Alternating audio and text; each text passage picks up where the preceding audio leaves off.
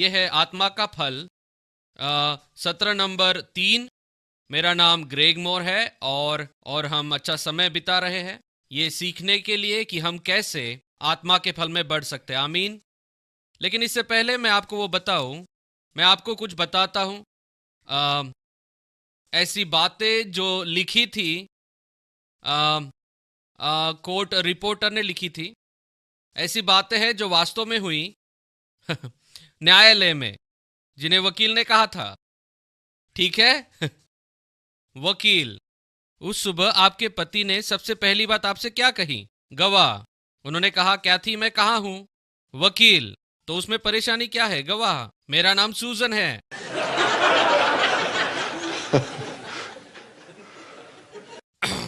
वकील, ये जो मायस्थेनिया है, क्या ये आपके याददाश्त को प्रभावित करता है?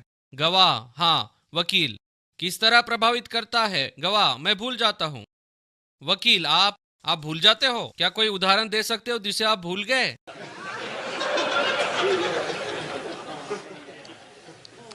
वकील, डॉक्टर, क्या ये सच नहीं कि जब एक इंसान मरता है और सो जाता है तो उसे अगली सुबह तक कुछ याद नहीं होता?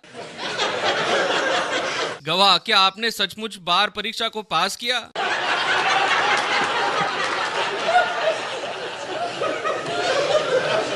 वकील, जब आपका चित्र लिया गया तब क्या आप उपस्थित थे?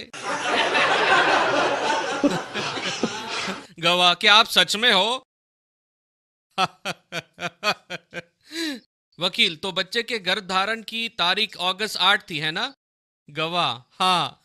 वकील, तो फिर उस समय आप क्या कर रहे थे?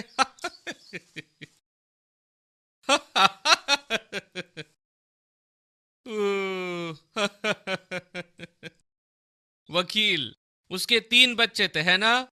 गवाह, हाँ। वकील, कितने लड़के थे? गवाह, एक भी नहीं। वकील, क्या कोई लड़कियां थी?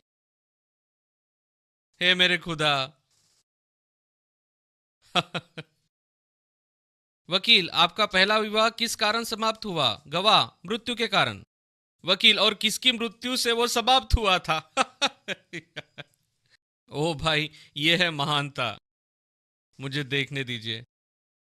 अम, वकील, डॉक्टर, आपने कितने मुर्दों के शरीरों पर चीरफाड़ का काम किया? गवाह, सबके ऊपर। जीवन में बहुत ज्यादा संघर्ष होते हैं। ओ ओ आपको याद है आपने किस समय मुर्दे का परीक्षण किया? गवाह, चीरफाड़ का सारा काम रात को 8:30 बजे शुरू होता है। वकील, वकील, तो क्या उस समय मिस्टर डेथन मर गए थे? गवाह, अगर नहीं भी मरे होते तो मेरे खत्म करने तक मरना ही था।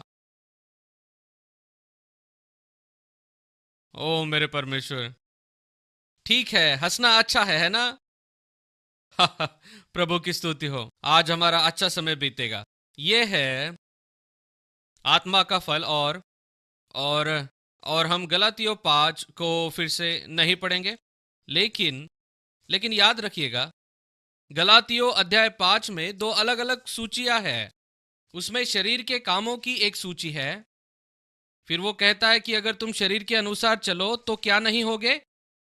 वारिस। ये नहीं कहा कि उद्धार नहीं पाओगे, ये नहीं कहा कि स्वर्ग नहीं जाओगे, कहा वारिस नहीं होगे। आपको पता है, बाइबल में ऐसे वचन हैं जो बताते हैं कि अन्य जातियों का धन हमारे लिए विरासत है। और और जो लोग अमीर हैं, वे लोग हमारे विरासत का एक भाग है। और अगर हम शरीर की लालसा को पूरा करते हैं, उसके अनुसार जीते हैं, तो क्या ऐसा करते हुए भी परमेश्वर हमसे प्रेम करता है? क्या वो हमसे गुस्सा होता है? क्या हम पर क्रोधित होता है? क्या हाथ में एक बैट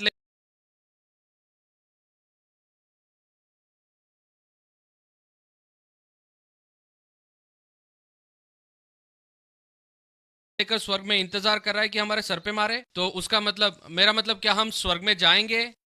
हाँ, लेकिन क्या हम वारिस होंगे? नहीं, शायद पूरी तरह से नहीं, क्योंकि हम शरीर की लालसाओं को पूरा कर रहे हैं, उसके अनुसार जी रहे हैं। तो फिर जब हमें लोग देखेंगे तो इस प्रकार से प्रश्न पूछेंगे, मुझे लगा था वो मसीह है। सही। तो फिर अंधकार का वो जो धन है, जिन अन्य जातियों के पास हमें पहुंचना था और जीतना था, तो अगर हम शरीर की लालसाओं को पूरा करें तो हम उन्हें जीत नहीं पाएंगे। इस तरह से हमारे भाग में आने वाली विरासत को हम खो सकते हैं। सही है। सही है। पता है क्यों? ये बाइबल में है। ये यहां पर गलातियों 5 में कहता है, इसके अनुसार चलोगे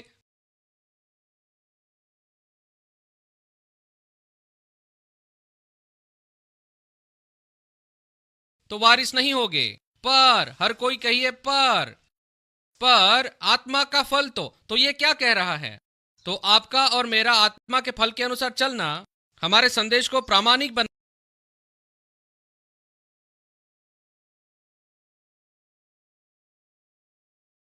है, जिसके कारण लोग खुल जाते हैं कि हमारी बातों को सुने कि हमें क्या कहना है। बहुत बार हमारी क्रियाओं के कारण हम जो कह रहे हैं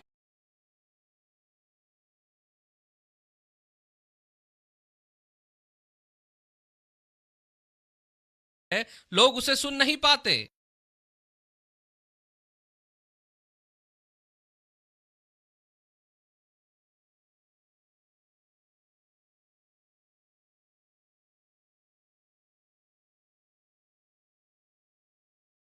सही।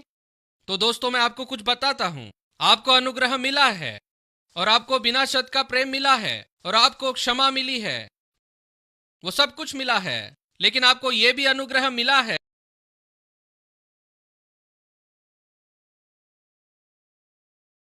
कि आप शरीर को प्रदर्शित करने के बजाय फल को प्रदर्शित करें।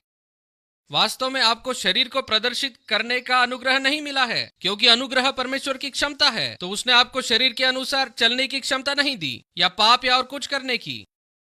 बढ़िया प्रचार पास्टर ग्रेग, हालेलुया। तो दोस्तों, ये हमारे जीवन का जुनून होना चाहिए। मुख्य बात, मुझे यीशु को प्रदर्शित करने की बुलाहट है। और जब मुश्किल समय में मुझे दबाया जाता है, उसी समय लोग देख रहे होते हैं, वे यही देख रहे होते हैं कि क्या मुझे कोई मसीह मिलेगा जो मुश्किल में एक मसीह की तरह व्यवहार करेगा। क्या मुझे एक गवाह मिल सकता है कि वो एक व्यक्ति यीशु की तरह व्यवहार करेगा जब वैसे व्यवहार करना मुश्किल होगा। आमीन। कोई भी बोल सकता है, प्रचार कर सकता है और बढ़िया व्यवहार कर सकता है जब सब कुछ ठीक चल रहा है, लेकिन जब मुश्किल घड़ी आती है, उसी समय में लोग देखते हैं। तो परमेश्वर का सबसे मुख्य उद्देश्य नंबर 1 यह है कि हमें यीशु के जैसे बनाए। फली है जो एक व्यक्ति के जीवन में उसकी वैधता दिखाता है, ना कि उनके द्वारा जो चमत्कार होते हैं वो दिखाता है। और यीशु यही बोल रहा था जब उसने कहा, देखो वो लोग जो वे सारे काम कर रहे हैं,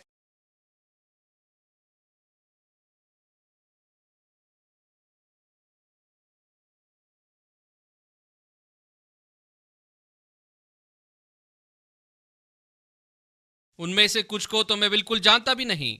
तो क्या यह अर्थ है कि उन्होंने नया जन्म नहीं पाया होगा? पता है और क्या हो सकता है? यह हो सकता है, तुम मेरे नाम से बोल तो रहे हो लेकिन मुझे प्रदर्शित नहीं कर रहे हो। तुम्हारी सेवकाई मेरी सेवकाई के समान नहीं है।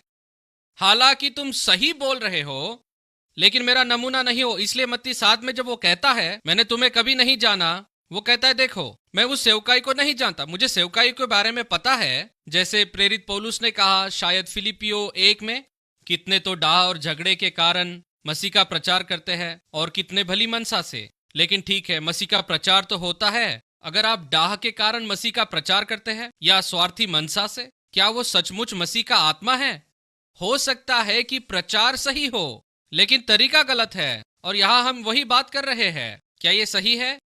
तो आत्मिक फल मसीह के साथ पूर्ण और अटूट संबंध का परिणाम है। आत्मा का फल परमेश्वर को महिमा देता है, उसी के साथ यीशु के चेलों को प्रकट करता है। और गलातियों 5:22। याद रखिए, सबसे पहले कौन से वचन उत्पत्ति में परमेश्वर के द्वारा मनुष्य को कहे गए हैं जो बाइबल में मिलते हैं? पहले दो वचन कौन से थे? फूलो फलो, वो महत्वपूर्ण है। प्रजनन के अलावा उन्हें जो फल लाना था, वह फल गलातियों अध्याय 5 में मिलता है। वो है आत्मा का फल। गलातियों अध्याय 5:22 और 23 एक विवरण है कि हमारे जीवन में हमें किस प्रकार का फल लाना है। अब पिछले बार हमने प्रेम के फल की बात की। वास्तव में जब वो कहता है आत्मा का फल है, तो मेरा मतलब सारे के सारे फल, तो वह प्रेम का एक पहलू है या उसके अलग अलग पहलू है। और आपको याद है, हमने पहला कुरिन्थियों 13 अध्याय देखा और मैंने आपको दिखाया था कि प्रेम के जो विभिन्न पहलू है वह वास्तव में सिर्फ एक फल है। तो जब आप प्रेम के बारे में बोल रहे हैं तो फल के बारे में बोल रहे, सही? आमीन। तो नंबर 3, प्रेम के फल को प्रदर्शित करने में अपने से ज्यादा दूसरों की भलाई करना शामिल होता है। और कई बार उसमें दुरुस्ती और अनुशासन की जरूरत होती है। लेकिन जब हम दूसरों की भलाई के लिए निर्णय लेते हैं तो बुद्धि आती है। और हमारे लिए नए नियम की सबसे मुख्य आज्ञा क्या है? एक दूसरे से प्रेम करो, और विशेषकर उनसे जिनसे संबंध रखना मुश्किल होता है। आपके सैंड पेपर पर्सन से पता है वे कौन है? क्या आपने उन्हें ढूंढ निकाला? कमरे में आगे पीछे मत देखिए, मैं नहीं चाहता। पता है, प्रेम के फल को प्रदर्शित करने के लिए बलिदान आवश्यक है, ठीक है? लेकिन अब हम अगले फल को देखेंगे। लेकिन इससे पहले कि हम ऐसा करें, मैं आपको एक बात बताना चाहता हूं।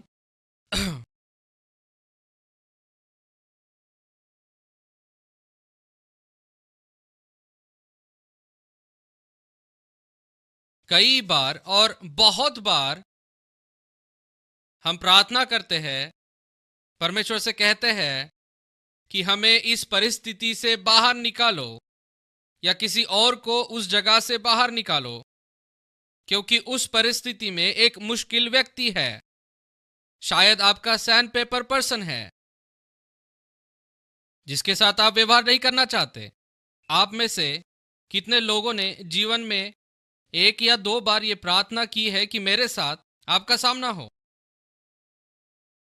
ठीक कई साल पहले परमेश्वर ने मुझे ये दिखाया, जब मैं बाइबल स्कूल में था और एक लड़का था। मैं सेकेंड ईयर का विद्यार्थी था और वो फर्स्ट ईयर का विद्यार्थी था। वह मेरे आगे बैठता था और हमने एक सभा में भाग लिया था। एक रात पहले एक सभा हो गई थी और ये लोग आगे बैठकर बात कर रहे थे। और उसने कहा, क्या आपने देखा कि उसने कहा कि फर्स्ट ईयर के स्टूडेंट ही है जो योद्धा है, लेकिन सेकेंड ईयर के नहीं है। थप्पड़ मारने की आत्मा। पता है, मेरा मतलब धर्मी गुस्सा मेरे अंदर आया। स्तुति हो मतलब क्या है? और फिर वह ऐसे था कि वो कोई अलौकिक व्यक्ति हो। और ऐसा होता था, कई बार वहां 1700 विद्यार्थी थे, लेकिन फिर भी कई बार ये लड़का मेरे सामने होता था, मेरे जीवन में होता था या मेरे जगह पर होता था। और मैं सोच रहा था, प्रभु कृपया उसे यहां से निकाल दो। वो घमंड से भरा हुआ है और वो इन सारी बातों से भरा है। मेरा मतलब, क्या आप उसे मेरे जीवन से बस निकाल देंगे? और वो प्रार्थना का समय था जिसमें मैं परमेश्वर को ढूंढ रहा था और प्रभु ने कहा, मैंने उसे और 12 लोगों के पास भेजा था कि वे बुराई को भलाई से जीत ले और मेरे प्रेम को प्रदर्शित करे। बाकी के 12 इस काम में असफल हो गए और तुम होने वाले हो। हम प्रार्थना करते हैं कि परमेश्वर इन सारी परिस्थितियों को और विशेष करके लोगों को हटा दे। और यीशु पिता के दाहिने हाथ बैठकर मध्यस्थता करता है कि आप और मैं उनके जीवन में फल को प्रदर्शित करें। अब वो करने के लिए भी हमें अनुग्रह मिला है। अपने पड़ोसी की ओर देखकर बोलिए, निश्चित वो आपके बारे में नहीं बोल रहे। ठीक है। आइए अब अगली फल की ओर मुड़ते हैं।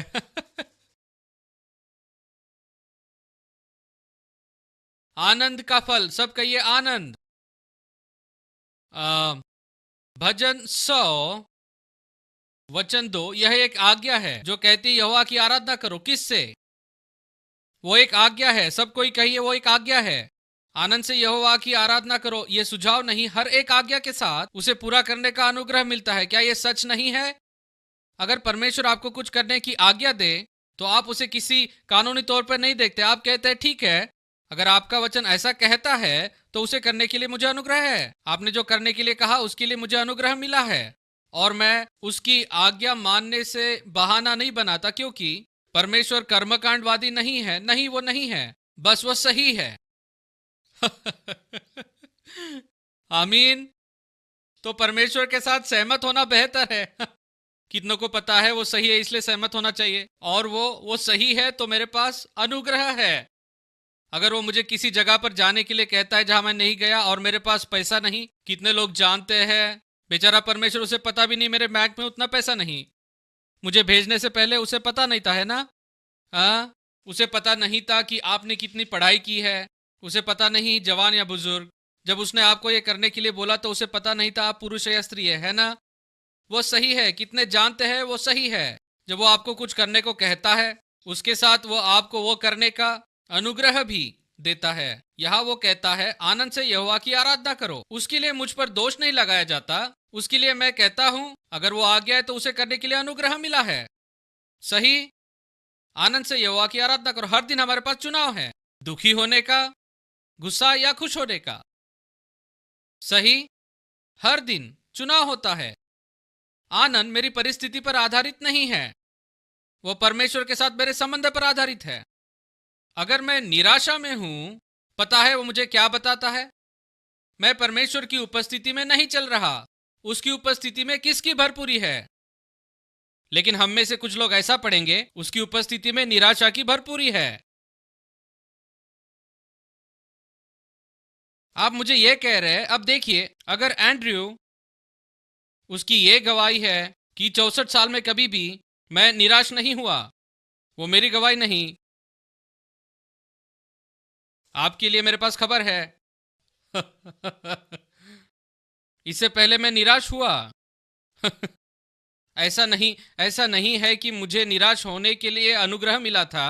लेकिन मुख्य बात यह है कि जब मैं उस स्थिति में होता हूं, देखिए समस्या यह है कि मैंने परमेश्वर की उपस्थिति को छोड़ दिया। मैंने परमेश्वर के साथ संबंध तोड़ दिया और मैंने उस अनुग्रह को छोड़ दिया जिसे उसने मुझे आनंद में चलने के लिए दिया था। मैं मेरी परिस्थिति और मेरे वातावरण पर ज्यादा ध्यान दे रहा हूं, तो उसका अर्थ परमेश्वर के साथ मेरा संबंध नहीं है। इस बात को मान लेना चाहिए। आप में से कितने लोग कम से कम मेरे साथ ये मान सकते हैं? शायद आप 99% एंड्रू के जैसे कभी निराश नहीं हुए, लेकिन कितने हैं जिन्होंने कम से कम 5% निराशा या दुख या जो भी हो उसका अनुभव किया है? स्तुति हो, आप ईमानदार है। देखिए, मुख्य बात यह है कि जब आपने ऐसा किया वो इस कारण था, हमने परमेश्वर के साथ हमारे संबंध को छोड़ दिया और हमने हमारी परिस्थिति के ऊपर ध्यान दिया। ऐसा ही होता है। तो जब मैं ऐसा महसूस करता हूं, मैं जानता हूं ये परमेश्वर नहीं शत्रु है, तो मुझे क्या करना चाहिए? मुझे परमेश्वर के साथ संबंध में जाने की जरूरत है। खुशी इस पर आधारित है कि मेरे आसपास क्या हो रहा है। सब लोग खुश रहना चाहते हैं। खुश खुश खुश खुश खुश खुश। हाँ ठीक है, खुश रहना अच्छा है, लेकिन पता है जीवन हमेशा आपको चेरी से भरा कटोरा नहीं देता कि आप खुश हो जाए। लेकिन आनंद इस बात पर आधारित है कि परमेश्वर ने मेरे लिए क्या किया और मेरे अंदर वो क्या कर रहा है। मेरे अंदर आप में से कितनों के बच्चे हैं? ठीक है, कितनों को यह बात अच्छी लगती है जब आपके बच्चे आपके पास आते हैं? नैनी, मम्मी, मुझे ये गाना पसंद नहीं है, मुझे वो गाना पसंद नहीं है, मैं वहां नहीं जाना चाहता है।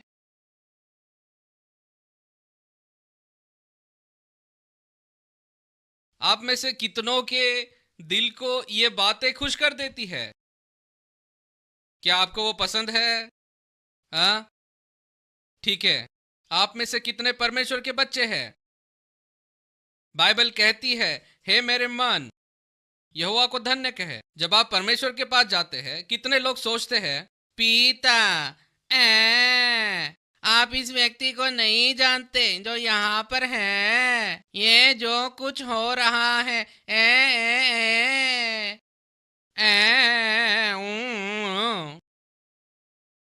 क्या परमेश्वर आपको फिर भी प्यार करता है?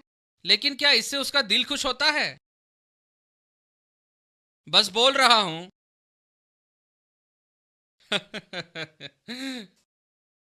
नहीं भाई, उससे वो धन्य नहीं हुआ। और देखिए, बात यह है कि कोई मेरे पास आता है समस्या लेकर और उनकी आवाज में वाइन होती है, तो मैं आपको बता दूं वो विश्वास में नहीं है अभी तक। मैं आपको सही बताऊं, मैं परिस्थिति के बारे में नहीं सुनना चाहता। अगर मैं वाइन सुनता हूं तो मैं जान जाता हूं उनका ध्यान परमेश्वर पर नहीं, परिस्थिति पर है। वे परमेश्वर के आनंद में नहीं चलते, और क्योंकि वे परमेश्वर के आनंद में नहीं चलते, वो विश्वास में नहीं है। दोष देने की बात नहीं है, क्योंकि मैं भी इसमें से गुजरा हूं, ठीक है। लेकिन मैं वहां नहीं रहता, वहां बैठा नहीं रहता और वहीं पे नहीं जीता, क्योंकि मुझे फल प्रदर्शित करने का अनुग्रह मिला है, उसे और अलग, ठीक है। प्रभु की स्तुति हो, तो वो हमारा लक्ष्य है। मत्ती 5 में एक क्षण के लिए मेरे साथ मत्ती 5 निकालिए। मत्ती अध्याय 5 वचन 14। यहां पर यीशु बोल रहा है, और वो किससे बोल रहा है? वो किससे बात कर रहा है? वो हमसे बात कर रहा है। ये हम चेलों के लिए लिखा है। तुम जगत की ज्योति हो, कहिए मैं जगत की ज्योति हूं। और जो नगर पहाड़ पर बसा है वो छिप नहीं सकता, और लोग दिया जलाकर पैमाने के नीचे नहीं परंतु दीवट पर रखते हैं, और घर के सब लोगों को प्रकाश पहुंचता है। उसी प्रकार तुम्हारा उजियाला लोगों के सामने चमके कि वे तुम्हारे भले कामों को देखकर पिता की बड़ाई करे। आप और मैं इस संसार की ज्योति है। क्या आपको पता था? लेकिन क्या आपको यह भी पता है कि बाइबल क्या कहती है कि हमारी ज्योति कौन है? क्या आपको पता है? हाँ, हम संसार की ज्योति है, लेकिन क्या आपको पता है बाइबल विशेष करके बताती है कि वो ज्योति क्या है? नीति वचन 13:9। धर्मियों की ज्योति आनंद के साथ रहती है। धर्मियों की ज्योति क्या? हम संसार की ज्योति है, क्या हम नहीं है? तो धर्मियों की ज्योति वो क्या करती है? तो यदि हम ज्योति को प्रदर्शित कर रहे हैं और अगर उसे पैमाने के नीचे नहीं छिपाते हैं, उसे छिपाना, अगर हम सच में ज्योति को जलाए तो हम क्या करेंगे? आनंदित होंगे, चाहे परिस्थितियां बुरी चल रही हो। आपको पता है, यह संसार को बताता है जब आपका संसार सही नहीं होता तब आप और मैं आनंदित हो सकते हैं और गा सकते हैं और परमेश्वर की स्तुति कर सकते हैं। इसे कहते हैं संसार के लिए ज्योति। दोस्तों, मेरे पास आपके लिए खबर है, आपकी ज्योति को जलाइए। This little light of mine, I'm gonna let it shine. This little light of mine, I'm gonna let it shine. This little light of mine, I'm gonna let it shine, let it shine, let it shine, let it shine. Hide it under a bushel, I'm gonna let it shine. Hide it under a bushel, no, I'm gonna let it shine. Hide it under a bushel, no, I'm gonna let it shine, let it shine, let it shine, let it shine. Won't let Satan it out.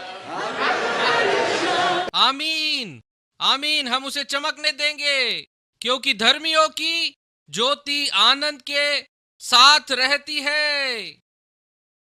आपकी ज्योति को on कीजिए, उसे on कीजिए। मैंने कहा उसे on कीजिए। आपके पास चुनाव है। ओ भाई, मैं जगत की ज्योति हो, प्रभु की स्तुति हो। इन वचनों को पढ़ना कितना अद्भुत है। लेकिन आप दिखाइए कि आप संसार की ज्योति है। आप अपनी ज्योति को ऑन कीजिए, और यहां पर वो कहता है कैसे करना है, मैं उसे कैसे करूंगा? मैं आनंदित मैं तब आनंदित होता हूं जब मैं कुछ और होना चुन सकता हूं, जब मुझ पर सताव होता है। यीशु ने क्या कहा? आपके सारे दोस्तों के लिए प्रार्थना विनतियां करो। तो उसने क्या करने को कहा? उसने कहा आनंद, और भरपूर आनंद के साथ आनंदित हो जाओ। आपके उत्साह के लिए धन्यवाद। जब कठिन परिस्थितियां आती है तब आनंदित होना संसार के लिए हमारे आनंद का प्रदर्शन है। जब कभी मुश्किल परिस्थितियों में हम गिर जाते हैं, जैसे एंड्रयू ने कहा $2 सूटकेस जैसे, तब हम हमारी ज्योति पर टोकरी रख देते हैं। योएल 1:12। मैदान के सारे वृक्ष, अब संसार के वृक्ष जो है वे एक उपमा है इस संसार के लिए या संसार के लोगों के लिए। मैदान के सारे वृक्ष सूख गए हैं क्योंकि मनुष्यों का हर्ष जाता रहा है। क्या यह सामर्थी वचन है? हमारा आनंद या उसकी कमी हमारे आसपास के संसार को प्रभावित करता है दोस्तों। आमीन। प्रचार में जिन शब्दों को आप बोलते हैं सिर्फ वही नहीं, लेकिन वो फल और जो आनंद आप प्रदर्शित करते हैं वो महत्वपूर्ण है। कितने लोग इस संसार की ज्योति है? आप ये कैसे जानते हैं और उस ज्योति के साथ आपको क्या करना है? आनंदित होना है, उसे ऑन कीजिए। व्यवस्था विवरण 28, 47 और 48 वचन। तू जो सब पदार्थ की बहुतायत होने पर भी आनंद और प्रसन्नता के साथ अपने परमेश्वर यहोवा की सेवा नहीं करेगा, इस कारण तुझे अपने शत्रुओं की सेवा करनी पड़ेगी। यह एक अच्छी खबर का वचन है ना? आप में से कितने भूखे, प्यासे और नंगे हैं जो इन शत्रुओं में से कुछ ही है? कितनों को शत्रुओं की सेवा करना अच्छा लगेगा? कोई है, कोई साहसी? उसने हमसे कहा ये एक आज्ञा है। हाँ, लेकिन देखो वो तो पुराना नियम है। ऐसा है तो फिर सुनिए, ऐसी प्रवृत्ति का आपको क्या करना चाहिए? कितनों के पास बाइबल है? ठीक है, आपकी बाइबल लीजिए, मत्ती निकालिए। मत्ती में है? ठीक है, अपने लिए कुछ कैंचियां लेकर आइए और बाइबल के पहले भाग को काट डालिए। सब कुछ काट डालिए, उसे फिर से कभी मत पढ़िए। पता है, बाइबल कहती है जब हम नया जन्म पाते हैं वह उसकी व्यवस्था को हमारे हृदय में डालता है। आपको पता है पुराने नियम के लिए भी हमें अनुग्रह मिला है। मैं पुराने नियम की व्यवस्था के बारे में नहीं बोल रहा हूं कि यदि आप ऐसा करोगे तो आप धर्मी बन जाओगे, उसके बारे में नहीं बोल रहा हूं। हम धर्मी हैं यीशु के लहू के कारण। लेकिन यहाँ वो कहता है आनंद से यहोवा की आराधना करो। ऐसा करने का मुझे अनुग्रह है और उसने मेरे दिल पे लिखा है। लेकिन जिस तरह से कुछ लोग बाइबल को देखते हैं ऐसा लगता है कि उन्होंने पुराने नियम को काट दिया है, तो फिर निकाल ही दीजिए। लेकिन उसके लिए भी हमें अनुग्रह मिला है। कहिए, मुझे उसके लिए अनुग्रह मिला है। सब मुझे ऐसे देख रहे हैं जैसे मुझे कुछ लगा है, लेकिन ये सच है। ये ऐसा है, मैं मेरे शत्रु की नहीं प्रभु की सेवा करना चाहता हूँ। प्रभु की सेवा और उसे प्रसन्न करने और शत्रु पर राज्य करने का तरीका यह है कि मैं आनंदित हूँ। आमीन। This little light of mine, I'm gonna let it shine. आमीन। आपके जीवन में आनंद को निर्माण करने के ये कुछ मूल तत्व है। मैं इस बात को फिर से दोहराता हूं, ठीक है? अनुग्रह और कर्मकांड के बीच का अंतर आप बाइबल के किस भाग से प्रचार कर रहे हैं इसमें नहीं है, लेकिन आप किस मनुष्य को बता रहे हैं उसमें है। आप बाइबल के पुराने या नया नियम से प्रचार कर रहे हैं ये इसमें नहीं है, लेकिन इसमें है कि आप मनुष्य के किस भाग को प्रचार कर रहे हैं। अगर मैं आपके शरीर से बात कर रहा हूं, आपका शरीर नए नियम की भी आज्ञा नहीं मान सकता। लेकिन अगर मैं आपके नए जन्मे आत्मिक मनुष्य से बोल रहा हूं तो आपके अंदर इन सब के अनुसार चलने की योग्यता है। आमीन। ये ऐसे जैसे आप अपने बच्चों को सुधारते हैं। आप नहीं कहते कि तुम गंदे लड़के या लड़की हो, ये उनके शरीर पर हमला है। आप कहते हैं तुमने जो किया वो गलत था लेकिन तुम बेहतर हो। ये लोगों को आशा देता है। आमीन। ये मेरे प्रचार का भाग नहीं था लेकिन बढ़िया है। ठीक, आनंद के तत्व। आपके जीवन में आनंद उत्पन्न करने की कुंजी। ए, उद्धार का तत्व। यही है जो इन बातों को उत्पन्न करने में मदद करेगा। और मैं यहाँ पर आपको एक पूर्ण विस्तृत प्रचार नहीं कर रहा हूँ। ये ऐसी बातें हैं जिन्होंने मेरी मदद की मेरे जीवन में आनंद को रखने, उत्पन्न करने के लिए, और आनंद को ढाक कर रखने वाली टोकरी से दूर रखने के लिए। ठीक है, तो ये है उद्धार का तत्व। मेरे अंदर उद्धार का क्या उत्पन्न कर? तो सारे खरे आनंद को जानने का स्रोत प्रभु को जानने में है। अगर मैं निराश हो जाता हूं और मैं सोचने लगता हूं कि शैतान मुझसे अनंत जीवन छीन लेगा, मैं परमेश्वर की स्तुति आराधना करता हूं और शैतान तो किचन सिंक से लेकर सब कुछ फेंक रहा है मेरे ऊपर। मैं प्रभु को धन्यवाद दे रहा हूं, लेकिन मेरे पसंदीदा वचन को उसके संदर्भ से बाहर निकाला, और वह है और ऐसा हुआ। क्या आपने बाइबल में पढ़ा है और ऐसा हुआ? तो धन्यवाद हो, रुका नहीं लेकिन पूरा हो गया। कहिए, पूरा हो गया। और पता है आपको, मैं स्वर्ग जा रहा हूँ। मैं हमेशा के लिए यीशु के साथ रहूंगा। परमेश्वर मुझसे प्यार करता है, लेकिन स्वर्ग में मेरा एक घर है। और पता है मिस्टर डेविल, तुम्हारे पास ये नहीं है। तुमने उसे त्याग दिया। आप कुछ समय ऐसी बातें कीजिए और वो चला जाएगा। वो सारी निराशा चली जाएगी। और मैं स्तुति करता हूँ क्योंकि मैंने नया जन्म पाया, उसने नहीं। हालेलुया, ये अद्भुत है। उद्धार के बाहर खरे आनंद का कोई अनुभव नहीं है। अब मैं पन्ना नंबर 3 पर हूं, यीशु के साथ संगति। पृथ्वी पर सबसे दुखी वो मसीह लोग हैं जो परमेश्वर के साथ संगति में नहीं रहते। सही है ना? क्या आप वहां रहे? वो बड़ा ही दयनीय स्थान है। मुझे वहां रहना पसंद नहीं। जो उस जगह पे रहते हैं वे कभी कभी खुशी का अनुभव करेंगे जो धोखा देता है, और ये उन्हें परेशान और खोखला कर देता है। दूसरा कुरिन्थियों 4:18 को देखिए, उसे देखिए, बहुत ही सुंदर वचन है।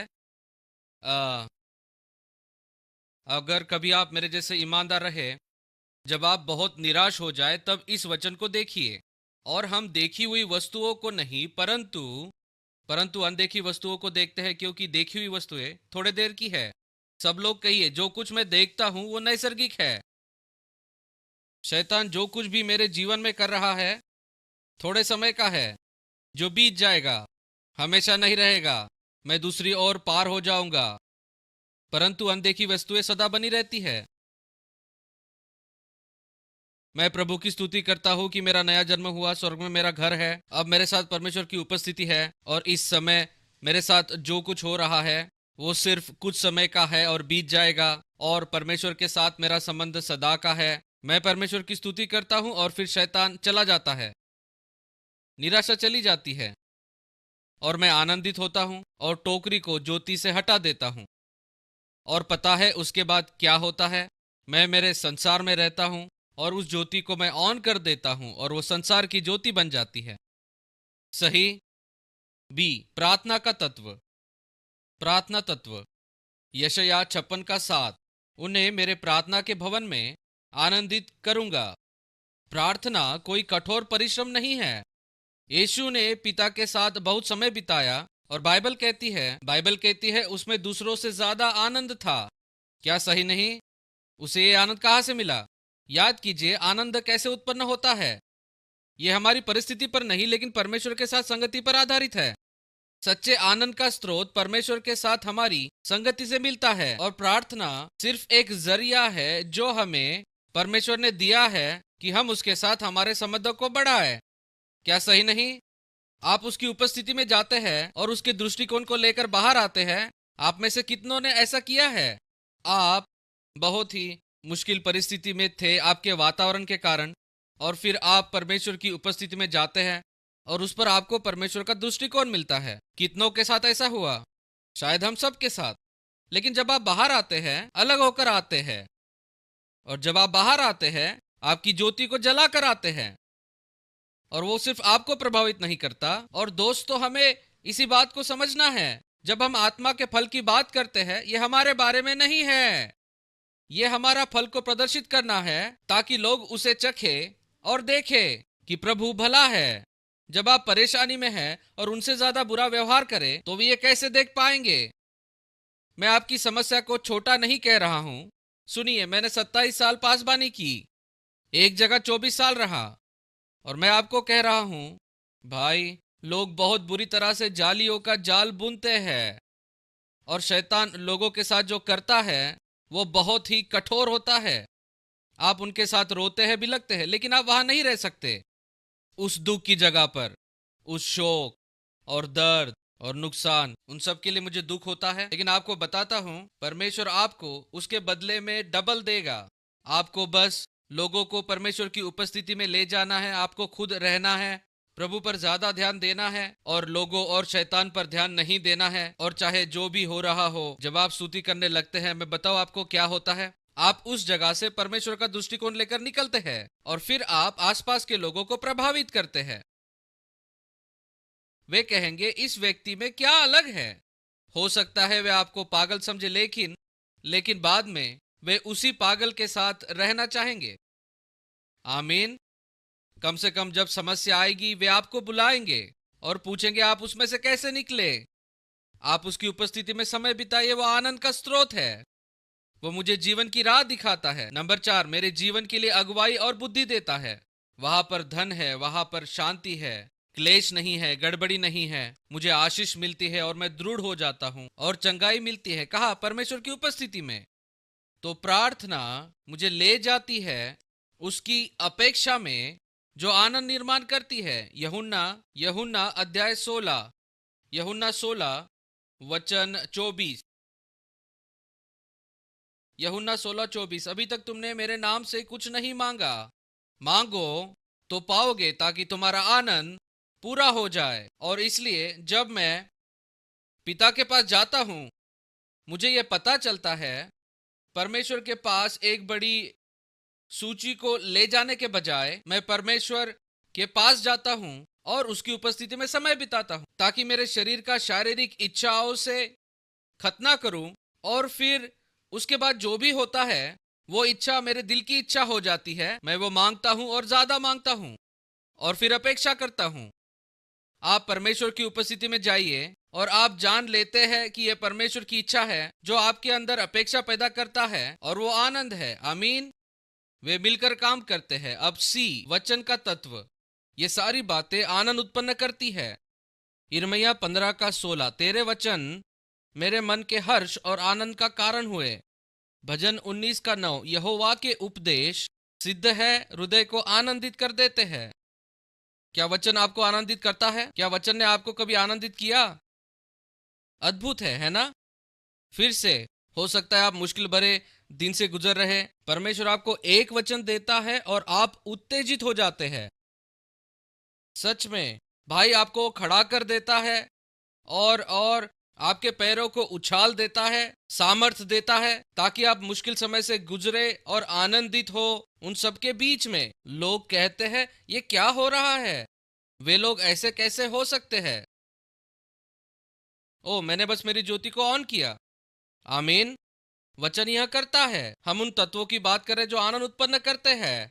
परमेश्वर का वचन प्रकाशन, परमेश्वर के वचन का रेमा, परमेश्वर के वचन का प्रकाशन मेरे अंदर आनंद उत्पन्न करता है, पैरों को गति देता है, मदद करता है ज्योति को ऑन करने में। और जब सब लोग शिकायत करते हैं तब मुझे आनंद करने में मदद करता है। मैं शिकायत नहीं करता। वचन का प्रकाशन। नंबर 3, मेरे मन में आनंद, सांत्वना, आत्मविश्वास और उसके विश्वास योग्यता का निश्चय देता है। परमेश्वर से एक प्रकाशन, परमेश्वर का एक रेमा आपके शरीर को चंगाई देगा, आपके विवाह बच्चों को बचाएगा, आपके व्यापार, सेवा और जीवन को बदल देगा। लोगों के प्रार्थना करने का आवाज और वचन में मुड़ना शत्रु को डराता है, क्योंकि जब परमेश्वर के लोग उसके वायदे की ओर चलने लगते हैं, उसका विनाश निश्चय होता है। सही है। यशायाह 55 देखिए, यशायाह 55।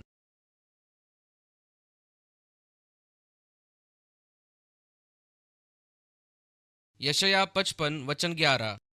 उसी प्रकार से मेरा वचन भी होगा जो मेरे मुख से निकलता है, वह व्यर्थ ठहर कर मेरे पास न लौटेगा, परंतु मेरी जो इच्छा है उसे पूरा करेगा, और जिस काम के लिए मैंने उसे भेजा उसे सफल करेगा। क्योंकि तुम किसके साथ निकलोगे?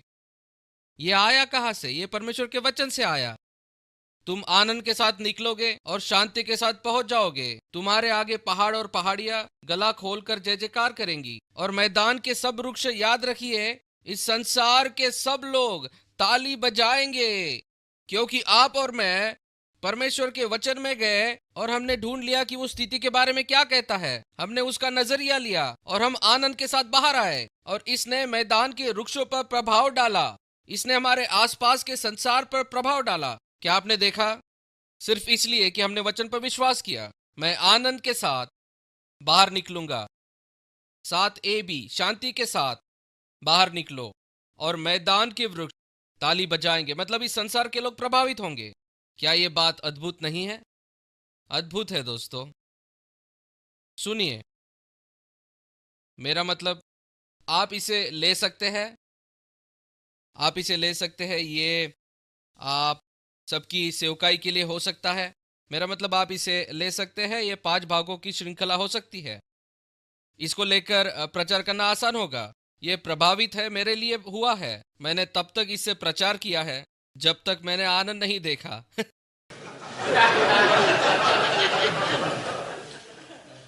मैंने कहा तब तक करता रहूंगा जब तक नहीं देखता। आखिर में उन्हें मिला। आमीन। दोस्तों, मैं आपको बहुत सारी गवाहियां बता सकता हूं। मैं आपको संक्षिप्त में बताऊंगा। मैं एक अनैच्छिक चर्च प्लांट के अनुभव से गुजरा और ये बहुत खतरनाक होता है जिसमें से आप जाते हैं, और दूसरे शब्दों में ये कलीसिया में होने वाली फूट है, और मैं इसे अनैच्छिक चर्च प्लांटिंग कहता हूं जिससे मुझे फायदा होता है। स्तुति हो। फिर मैंने लोगों को बोया। अगर आप असंतुष्ट होकर लोगों को जाने देते हैं तो आपके पास असंतुष्ट लोग आएंगे। तो मैंने उन्हें बो दिया, आशीष दी।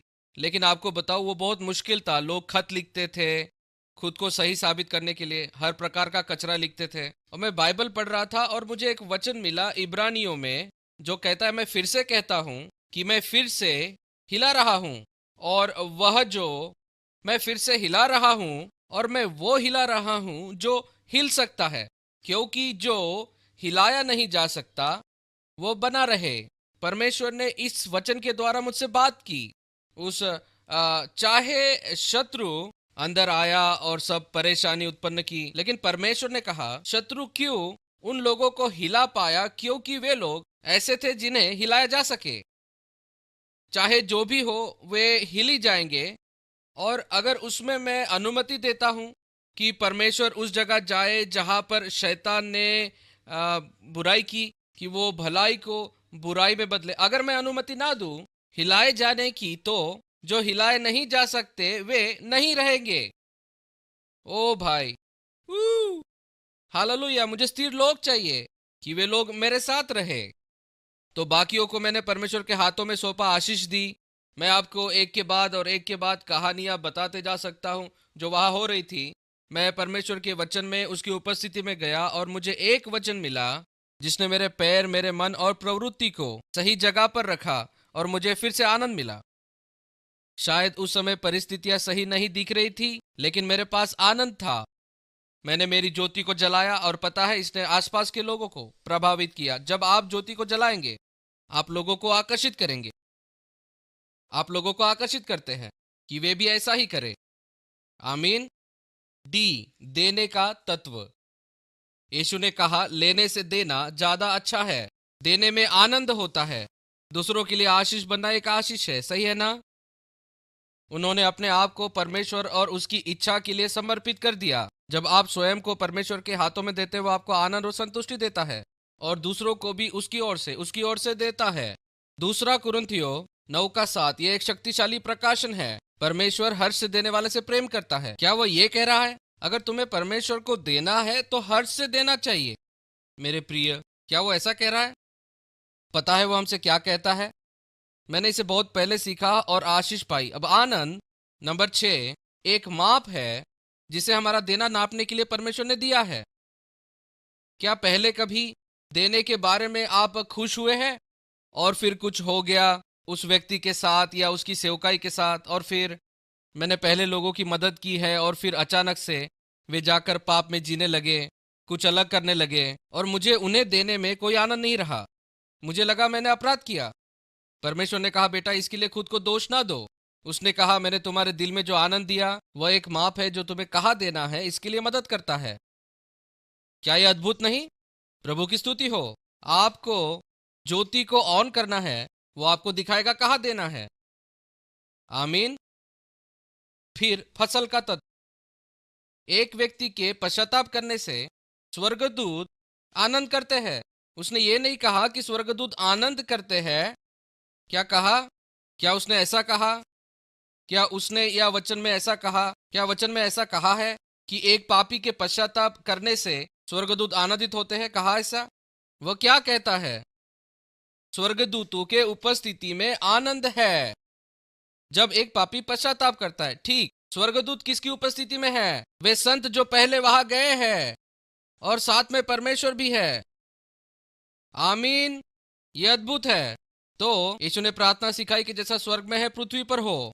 तो आनंद होता है पृथ्वी पर जब लोग नया जन्म पाते हैं। क्या है जो परमेश्वर पृथ्वी और स्वर्ग को आनंद देता है? 4, पुरुष, स्त्री, लड़के लड़कियों का परमेश्वर के साथ मेल। जो रोते हुए बोते हैं वे आनंद से काटेंगे। वो जो रोते हुए बीज बोता है और आगे बढ़ता रहता है, निश्चित ही आनंद करते हुए वापस आएगा, अपने साथ फूलों को लाएगा। तो नंबर 7, फसल में एक बड़ा आनंद होता है, चाहे आप किसी को प्रभु में लेकर आए या फिर किसी उड़ाऊ पुत्र को वापस घर लाए। यशायाह 12 वचन 3, तुम आनंद पूर्वक उद्धार के सोतों से जल भरोगे। आप किन सोतों से पानी निकाल रहे हैं?